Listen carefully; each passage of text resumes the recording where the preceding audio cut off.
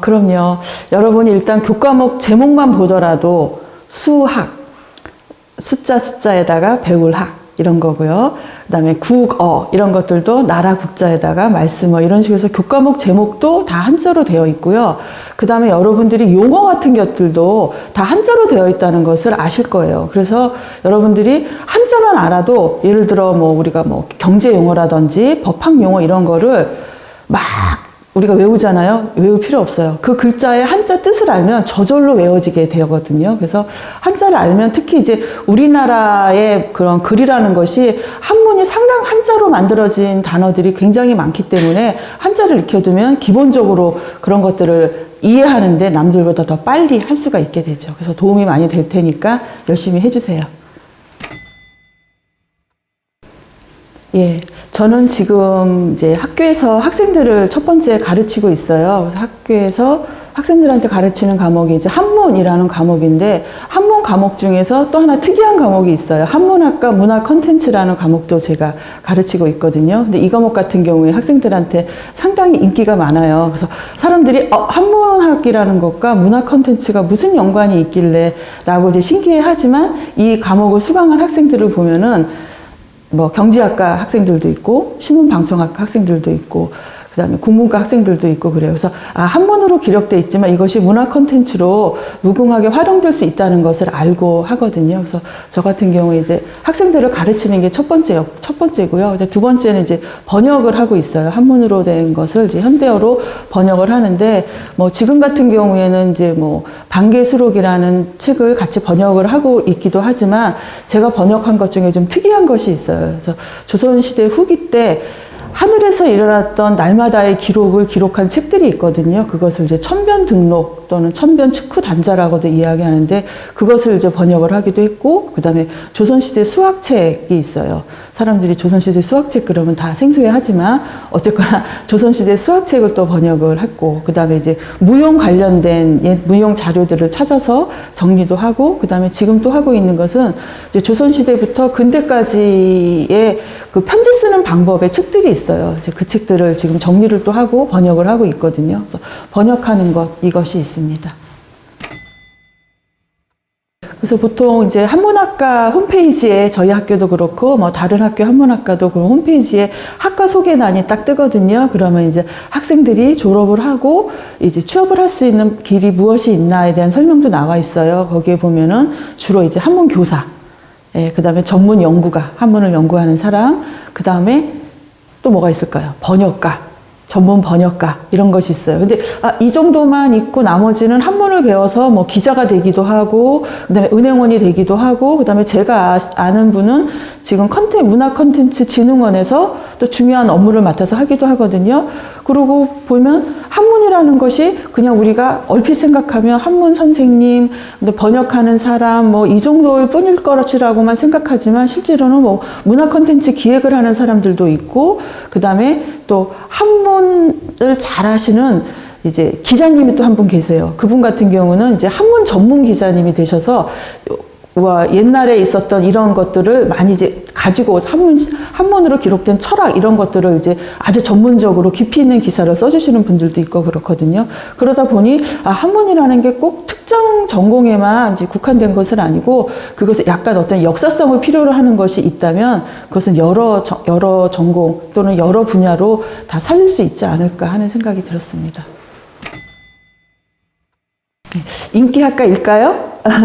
자, 인기가 있다는 것은 그때그때 다르죠. 그래서 예전에 제가 우리나라 국민 배우라고 하는 안성기 배우님께서 본인이 대학에 들어갈 때는 베트남어과가 엄청 인기여서 베트남어과 지원을 했는데, 그 후로 이제 인기가 떨어져갖고 활용할 일이 없었다, 이런 말을 하는 것처럼, 인기라는 것은 그때그때 어떤 시대의 이런 사람들의 어떤 호응도를 이제 반영하는 것이긴 한데, 지금 같은 경우에 사람들이 한문이라고 하는 것에 대해서 크게 매력적이라고 느끼지는 않는 것 같아요. 특히 이제 전공을 정하는 학생들 같은 경우에는. 그렇지만 저희 이제 성균관대 같은 경우에는 모든 학생들이 기본적으로 한문을 다 배워야 돼요. 그래서 그 한문 수업을 다 다 듣고 이수하지 않으면 졸업이 안 되는 이런 것이기 때문에 저 같은 경우도 학생 정원이 60명인데 막 80명까지 더 늘려달라고 할 정도로 그게 인기가 좋아서라기보다 이제 학교에서 이것을 하지 않으면 졸업을 못 한다라는 것들도 있지만 중요한 건 이 학생들이 이 수업을 듣고 나서 좋은 게 한문을 좀 기본적인 걸 배웠더니 법학과 학생도 자기가 법률 용어 배우는데 너무너무 좋았었고 경제학과 학생들도 경제학 용어들도 거의 다 한문으로 되어 있잖아요. 좋았었고 라고 하더라고요. 그러다 보니 대학에 입학해서 이제 학과를 전공을 할 때 지원할 때는 인기가 아니지만 막상 한문을 배우고 나서는 인기가 있지 않을까. 그리고 이제 앞으로는 좀 더 인기 있는 직업, 그 다음에 인기 있는 어떤 일을 하게 될 때는 한문이라는 게 꼭 필요해서 그때 되면 한문의 필요성을 느껴서 뒤늦은 인기 있는 학과가 되지 않을까 생각합니다. 쓰임새가 아주 많죠.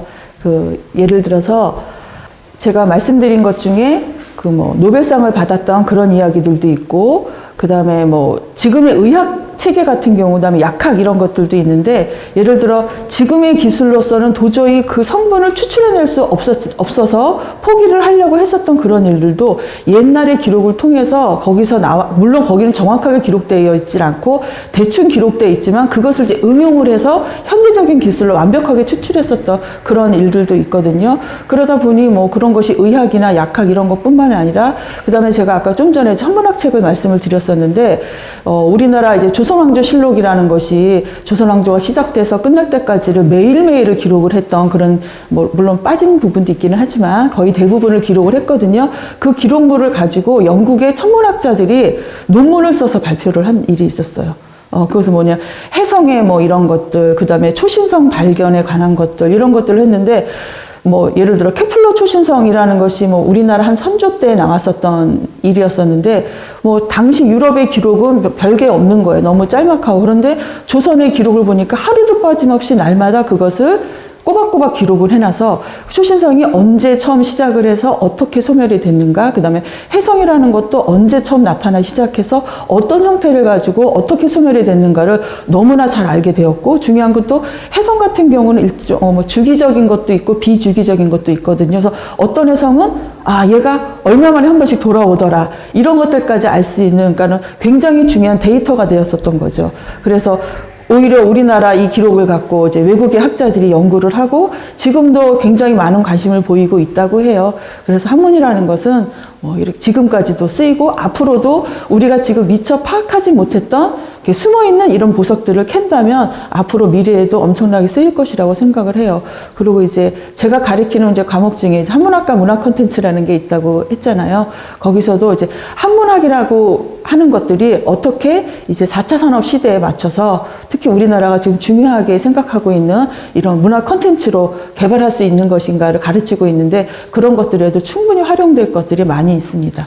그리고 또 여러분이 기억하고 있는 드라마, 이민호랑 전지현이 나왔던 푸른 바다의 전설, 이것도 한문으로 기록됐던 어휘 아담이라고 하는 책에서 나와 있었던 이야기를 이제 어떤 포인트를 잡아서 이제 드라마를 썼었던 거고, 그 외의 것들도 굉장히 많이 있습니다. 네.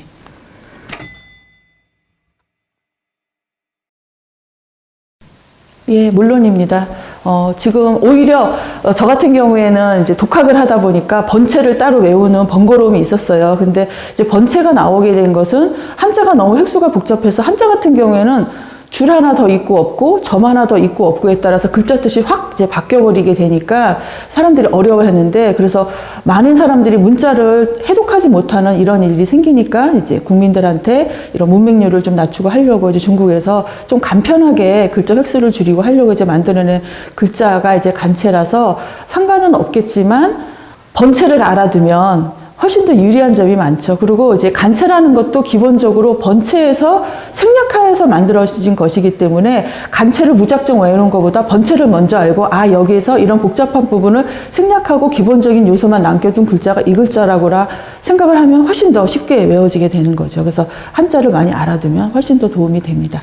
그리고 이제 중국에서 잠시 고민을 했었던 일이 있었던 게, 아까 제가 한문이라는 것이 이 동아시아 사회 전체를 이제 이렇게 많이 이끌고 있는 그런 문자라고 했는데, 중국도 그렇고 우리나라, 일본, 베트남까지도 한자 문화권이라고 했잖아요.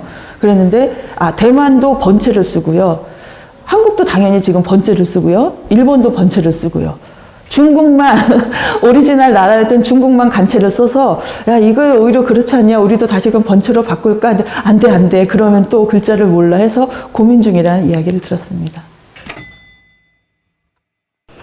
예, 요즘 뭐 번역기가 굉장히 잘 되어 있죠. 그래서 뭐 예를 들어 해외여행 나갔을 적에도 뭐 핸드폰으로 이렇게 번역기 해갖고 딱 하면 자연스럽게 이제 영어 문장이 나와서 문제점을 다 해결하고 하는데 특히 이제 한문 같은 경우에는 번역기가 해결할 수 없는 부분이 많아요. 한번 돌려보세요. 중국어나 이제 현대 중국어만 해도 번역기를 돌리면 번역이 안 돼요. 아주 이상한 말이 나오는데 왜냐하면 뭐 영어 같은 경우도 번역기로 돌릴 수는 있잖아요. 아까 제가 한문과 영어가 이제 문법 구조가 비슷하다고 문장 구조가 비슷하다고 했지만 영어는 뭐 기본적인 단어 그다음에 수거, 그다음에 문장 구조 이런 것을 갖고 엮어서 어느 정도의 문장을 익히면 기계가 번역을 할 수 있는데 한문 같은 경우에는 이 글자가 이 문장 내에서 어떤 의미로 쓰였는가를 판단을 해야 돼요. 그리고 이 글자가 여기에서는 어떤 품사로 쓰였는가도 판단을 해야 돼요. 그리고 어떤 글자는 뭐 글자가 딱 한자일 뿐인데 이 한자라는 글자 안에 엄청난 의미가 담겨져서 압축이 되어 있는 경우들이 상당히 많아요. 그래서 우리가 한문 공부를 계속 나이를 먹고도 계속 해야 되는 이유는 그렇게 많은 중국의 옛날 우리가 보통 전거라고 이야기를 하거든요. 이 글자가 만들어지게 된 배경을 알아야지 그 글자의 의미를 쓸 수가 있는 거예요. 그래서 아까 우리가 뭐 배웠을 때 지음이라는 단어를 배웠어서 아 소리를 안다?